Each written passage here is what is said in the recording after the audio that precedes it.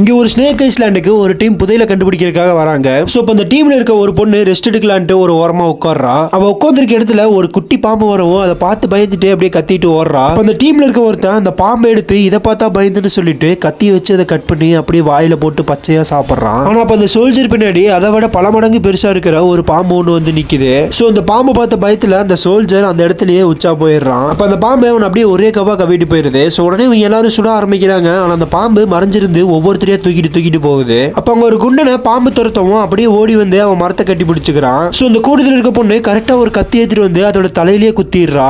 அந்த பாம்பு அந்த குண்டனை விட்டுட்டு இவளை வாளால ஒரே அடி அடிச்சு தள்ளி விட்டு அங்கிருந்து போயிருது. சோ கொஞ்ச தூரம் தள்ளி ஒரு பொண்ணு தனியா ஒளிஞ்சுக்கிட்டு இருக்கிறத அந்த பாம்பு பார்த்துட்டு அவளை அட்டாக் பண்றதுக்காக அப்படியே பக்கத்துல போகுது. சோ நம்ம ஹீரோ கரெக்டா அந்த இடத்துக்கு வந்து அந்த பொண்ணை காப்பாத்திடுறான். அப்ப அந்த டீம்ல இருக்க ஒரு சோல்ஜர் ஒரு கிரனேட் பிச்சு கரெக்டா அந்த பாம்போட வாய்க்கிலே போட்டுறான். சோ அந்த கிரனேட் வெடிச்சு அந்த பாம்பு அந்த இடத்துல இறந்துருது. இந்த வீடியோட பாட்டு நான் எஸ்னு கமெண்ட் பண்ணிட்டு நம்ம சேனலை சப்ஸ்கிரைப் பண்ணிக்கோங்க.